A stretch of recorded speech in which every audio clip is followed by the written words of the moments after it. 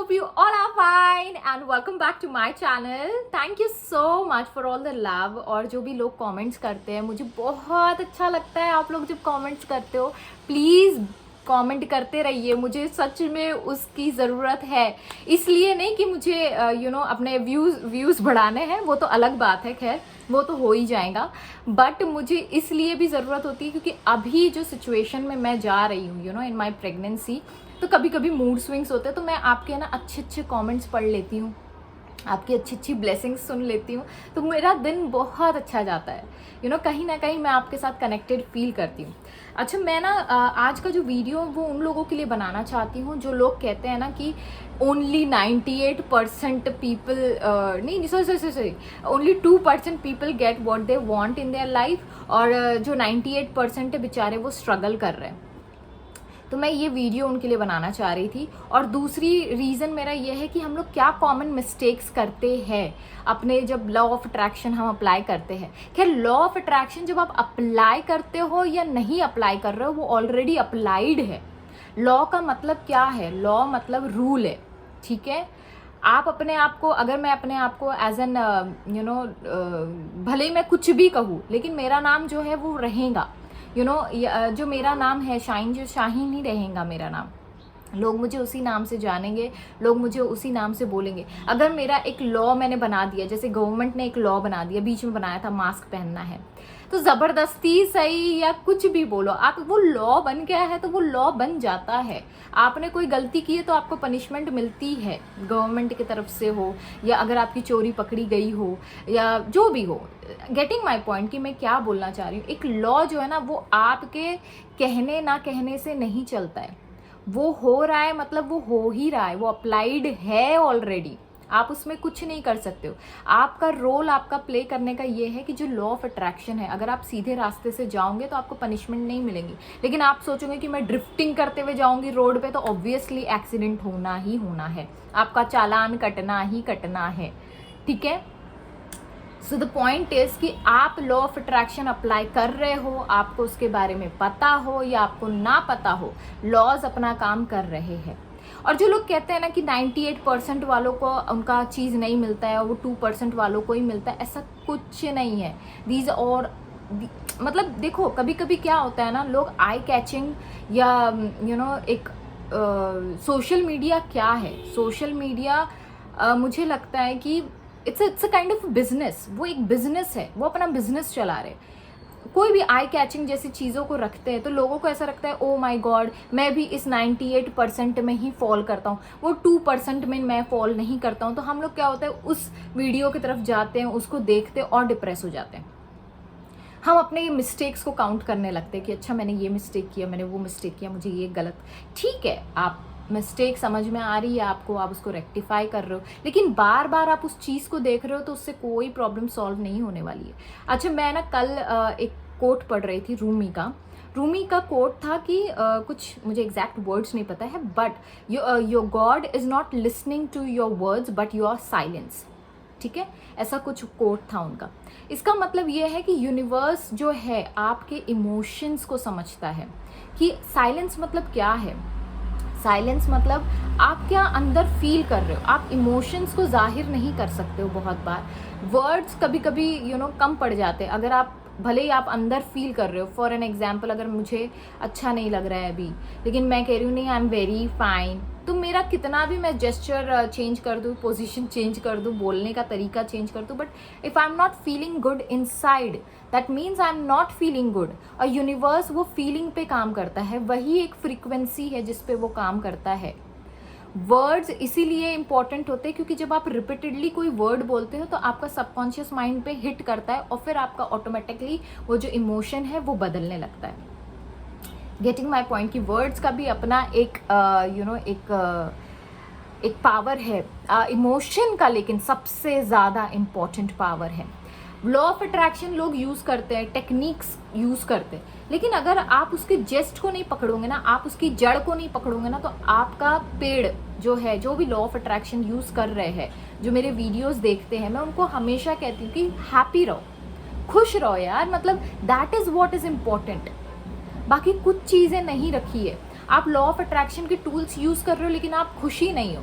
आप 10 दिन अच्छे से करते हो, फिर एकदम से बोलते हो अरे नहीं अब तो ये मतलब मेरे को करना ही पड़ेगा, मतलब एक फोर्सफुली उस चीज़ को करते हो, तो क्या हो रहा है, आप क्या कर रहे हो, आप कहीं ना कहीं अंदर गलत फील कर रहे हो और लिख रहे हो सही चीज़, तो वो चीज़ क्या होगी, वो क्लैश हो जाएंगी, वो नलीफाई हो जाएंगी और आपका काम नहीं बनेगा।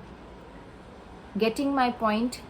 कंसिस्टेंसी बहुत ज़रूरी है, खुश रहना बहुत ज़्यादा ज़रूरी है, फॉरगिवनेस बहुत ज़्यादा इम्पॉर्टेंट है। हम लोग क्या करते हैं, हम लोग जब भी मैं एक क्लाइंट सेशन लेती हूँ या फिर मैं वेबिनार्स लेती हूँ, मैं लोगों को कहती हूँ माफ़ करना पहले सीखो। आप उन सब लोगों को माफ़ करो जिन्होंने आपको कभी हर्ट किया है आपकी लाइफ में। जब भी आप कोई भी मैनिफेस्ट करने से पहले, कोई डेलिबरेट मैनिफेस्टेशन करने से पहले आप अपने आप को साफ़ करो, आप अपने मन को साफ़ करो। अपने अंदर आप एंजाइटी पाल रहे हो, डिप्रेशन पाल रहे हो, पेन पाल रहे हो, और उसके बाद आप चाहते हो कि आप खुश रहोगे, तो ऐसा नहीं होता है। That is not going to be your outcome.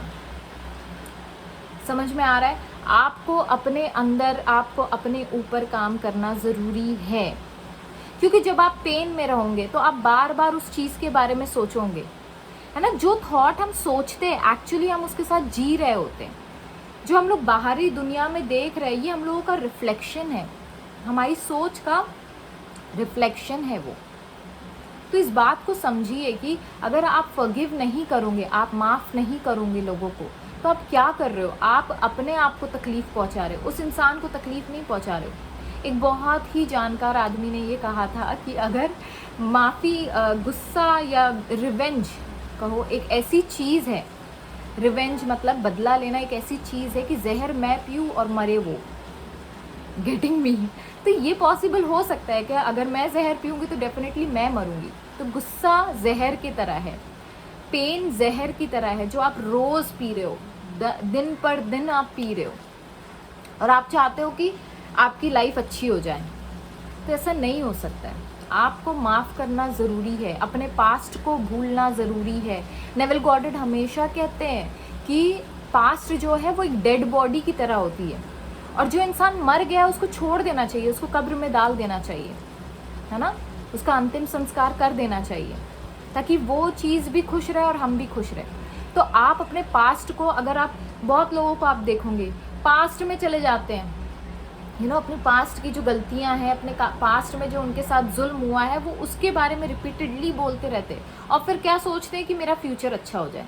तो ऐसा नहीं होता है। जब तक कि आप उस डेड बॉडी को, उसको अपने ग्रेवयार्ड में नहीं डालोगे, उसको कब्र में नहीं दफनाओगे, तब तक कि आप आगे नहीं बढ़ सकते, आप उस वज़न के साथ आगे नहीं बढ़ सकते। इमेजिन करिए आपको चोटी पे चढ़ना है, माउंट एवरेस्ट की चोटी पे चढ़ना है, और आप 80 किलो का वज़न लादे बैठे हो, ठीक है। आप अपना ही, सपोज फॉर एन एग्जाम्पल, अगर मेरा 50 किलो है और मैं अपना 50 किलो का वज़न बांध के बैठी हूँ, तो क्या मैं उस चोटी पे उतनी जल्दी पहुँच पाऊँगी? डेफिनेटली नहीं पहुँच पाऊँगी ना। मुझे उस 50 किलो के वज़न को उतारना ज़रूरी है। Getting me? इसीलिए फॉरगिवनेस बहुत ज़रूरी है। और फॉरगिवनेस आप कैसे कर सकते हो? Through meditation. मैं हमेशा मेडिटेशन को इसीलिए सपोर्ट करती हूँ क्योंकि मुझे पता है उसके कितने ज़्यादा फ़ायदे हैं। आपको गुस्सा नहीं आता है, आपका गुस्सा धीरे धीरे कम होने लगता है, आपका पेन कम होने लगता है, आप खुश रहने लगते हो, आप प्यार में रहने लगते हो, अपने आप से प्यार करने लगते हो, आप अपने आप को समझने लगते हो। कितने लोग हैं जो अपने आप को समझते हैं? अगर मैं अपने आप को अगर मैं आपको बोलूँ कि डिफ़ाइन करें अपने आप को, आप हार्डली 10 पॉइंट लिखोगे, और जबकि आप अपने साथ इतनी ज़िंदगी आपकी पूरी गुजर गई है, और आप उस चीज़ के बारे में नहीं लिख पा रहे हो कि आपकी गुड क्वालिटीज़ क्या है। तो what's the point in living a life? Law of attraction भी तभी काम करता है जब आप उसके वाइब्रेशन के साथ, उसके अलाइनमेंट के साथ आप आते हो। अलाइनमेंट क्या है आपको खुद समझ में आएगा। एक अलाइनमेंट को डिफाइन करना एक वर्ड में इज़ वेरी डिफ़िकल्ट, क्योंकि जब आप अलाइनमेंट में आते हो आपको खुद समझ में आएगा कि भाई मैं अलाइनमेंट में हूँ। आप अपने आप पीसफुल फील करने लगोगे, आप अपने आप शांत फील करने लगोगे, आपको गुस्सा नहीं आएगा, आप प्यार फील करने लगोगे अपने अंदर। तो दीज आर द थिंग्स जो आपको काम करना ज़रूरी है। कंसिस्टेंट होना ज़रूरी है, खुश रहना ज़रूरी है, खुश रहने के लिए अगर आपको डांस करना पड़े रोज़ तो डांस करिए, आपको पेंटिंग करना पसंद है तो पेंटिंग करिए, बच्चों के साथ खेलना है, बच्चों के साथ बच्चा बनना है तो बन जाइए। Don't bother about anyone and do meditation is the must practice। अपने ऊपर ध्यान देने के लिए अगर आपको कुछ करना है तो वो मेडिटेशन करिए आप। मेडिटेशन से बेटर डिटॉक्सिफिकेशन कुछ नहीं है। वो आपके माइंड को, आपके बॉडी को, आपके हार्ट को वो पूरी तरीके से डिटॉक्सिफाई कर देता है, सारी टॉक्सिसिटी को, सारे टॉक्सिन्स को निकाल देता है। और आप खुद देखोगे कि कुछ वक्त बाद आपके अंदर खुद चेंजेस आने लगेंगे। हम लोग सारे टूल्स अप्लाई करते हैं, लेकिन लॉ ऑफ अट्रैक्शन के टूल्स अप्लाई करते हैं, लेकिन क्या होता है मेडिटेशन भूल जाते हैं, हम लिखना भूल जाते हैं। हमें लिखने में आलस आता है, हमें लगता है यार क्या लिखना है। आपको पता है ये चीज़ें ये बुक मैं लिखते जा रही हूँ ये सारी, these are my books and these are my affirmations जो मैं रोज़ करती हूँ। एक मिनट कोई नहीं रहा, जो मैं रोज़ करती हूँ, दीज आर माई एफर्मेशंस, मैं रोज़ करती हूँ, ये विदाउट फेल करती हूँ। मेरे अगर आप मोबाइल में भी देखोगे तो प्रेयर्स है, एफर्मेशंस है, मैं लिखती हूँ। अगर मैं सपोज़ इस डायरी में नहीं लिख पा रही हूँ तो मैं फ़ोन की डायरी है मेरी, एक ऐप है मेरा डायरी का, उस डायरी के ऐप में मैं लिखती हूँ, अपने विशेस लिखती हूँ।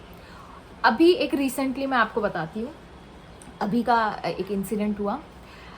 मुझे क्रेडिट कार्ड नहीं मिलता है, ठीक है, ये मेरा मतलब मेरी बहन को, मेरी कज़िन को, शी इज़ अ स्टूडेंट, उसको मिल गया, लेकिन मैंने कभी क्रेडिट कार्ड अपने नाम पर आते हुए कभी नहीं देखा था। ठीक है, क्या हुआ, मैंने बीच में अप्लाई भी किया था, कोटक बैंक में मैंने अप्लाई किया था, मैं ये भी आपको बता रही हूँ, कोटक बैंक में मैंने अप्लाई किया तो एफडी डिपॉजिट करने के बाद आपको कुछ लिमिट मिलती है, उसके बेसिस पे आपको था।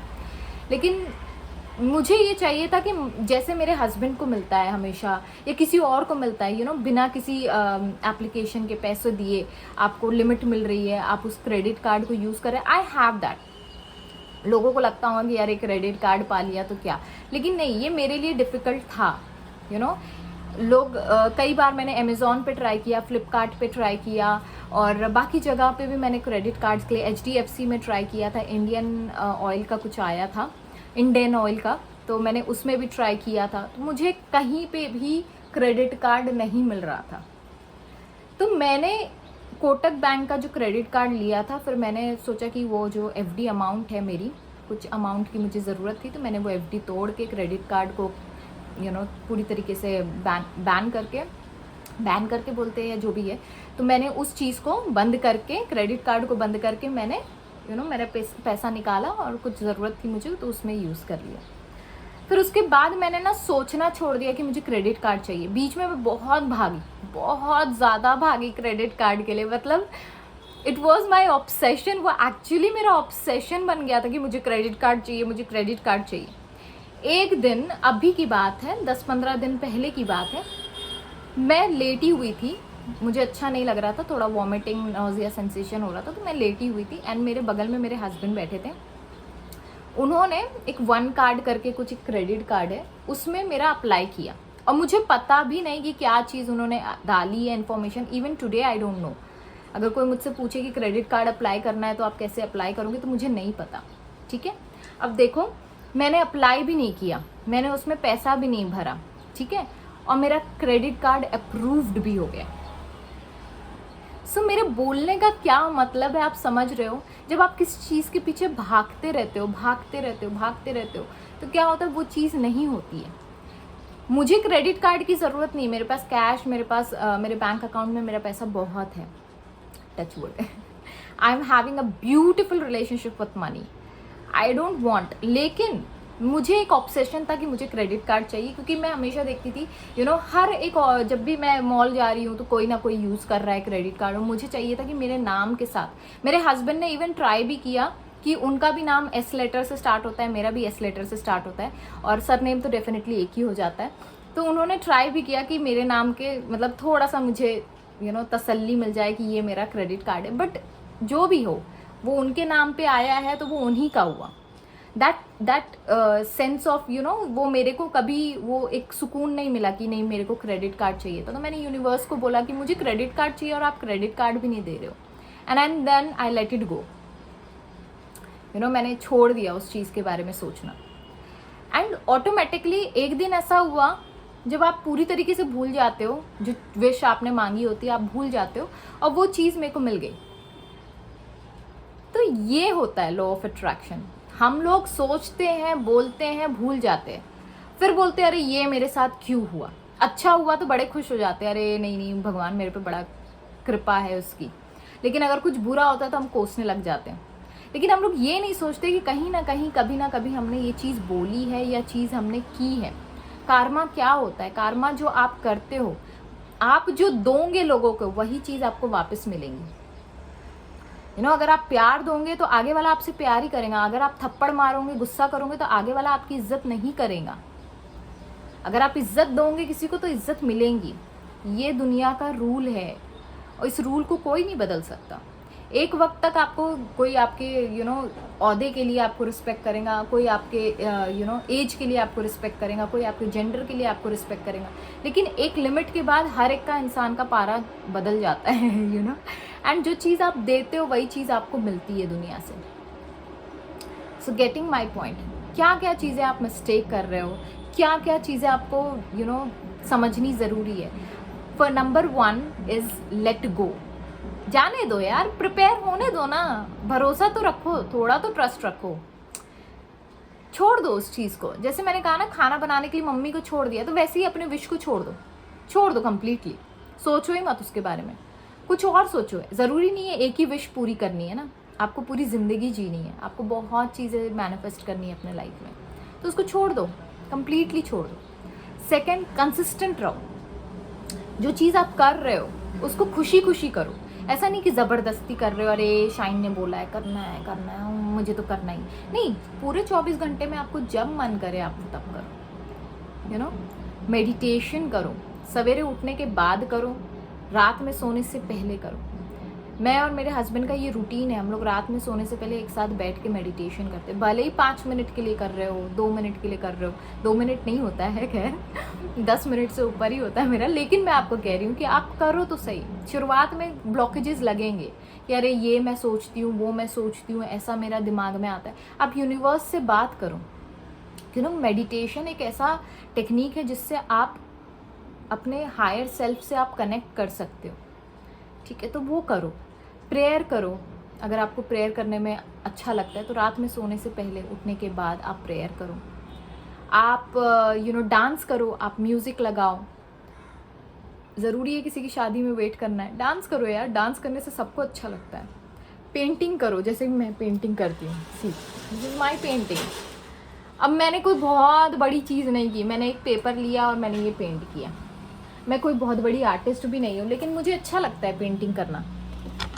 मैं और मेरे हस्बैंड मिलकर पेंटिंग करते हैं।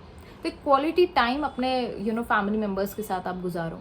फॉरगिव करो लोगों को, ज़रूरी है माफ़ करना। थैंक यू बोलना ज़रूरी है, लेकिन ऐसा नहीं कि अब आप बोलोगे थैंक यू तो मैं बोलती हूँ जो चीज़ मुझे मिलती है, लेकिन क्या आप दिल से थैंक यू बोलते हो? राइट इट डाउन, लिख लो। जिन जिन लोगों ने आपको, जब से आप पैदा हुए हो तब आज तक जिन जिन लोगों ने आपको खुश किया है उनको दिल से शुक्रिया बोलो। और जिन जिन लोगों ने आपको यू नो हर्ट किया, भले ही छोटी छोटी चीज़ों के लिए किया, आपके जो भी पास्ट हो, मैं बोल रही हूँ कितना भी गंदा पास्ट हो, कितना भी अच्छा पास्ट हो, कुछ भी हो, अगर आपको थोड़ी सी भी तकलीफ हुई है ना किसी की वजह से, उस इंसान को माफ़ कर दो। क्योंकि आप जब तक कि वो स्ट्रिंग नहीं काटोगे, आप फॉरगिव नहीं करोगे, आप अपने पास्ट का जो बोझ है ना वो अपने साथ रखोगे। और वो जो बोझ है वो एक्चुअली आपके दिमाग पर हावी होकर आपके इमोशंस को कंट्रोल करता है। उस पास्ट को, अपने इमोशंस को कंट्रोल करने मत दो, क्योंकि आपका प्रेजेंट और आपका फ्यूचर अभी आपके हाथ में है और आपको उसे बदलना है। तो ये ठान लो कि आपको करना है। और जब आप ठान लेते हो ना कोई चीज़, तो उस चीज़ को करने में मज़ा आता है।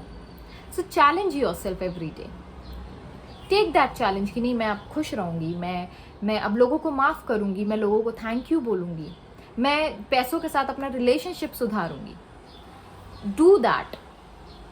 बैठ के सोचते मत रहो, उसको करो, एक्शन लो। एक्शन क्या है? ये डायरी, लाल पेन से मैंने सब भर दिया है, यू नो। तो ये डायरी लो, एक सिंपल सी डायरी लो, उसमें लिखना शुरू करो, अच्छी अच्छी चीज़ें लिखो। लिखने में बहुत पावर है, क्योंकि जब आप लिखते हो तो आप विजुअलाइज भी कर रहे हो ऑटोमेटिकली, आपका दिमाग चलता है, आपका दिमाग फोकस होता है। तो वो सारी चीज़ें करो। और बहुत सारे वीडियोस मैंने बनाए हैं, देखो उसको, समझो उसको।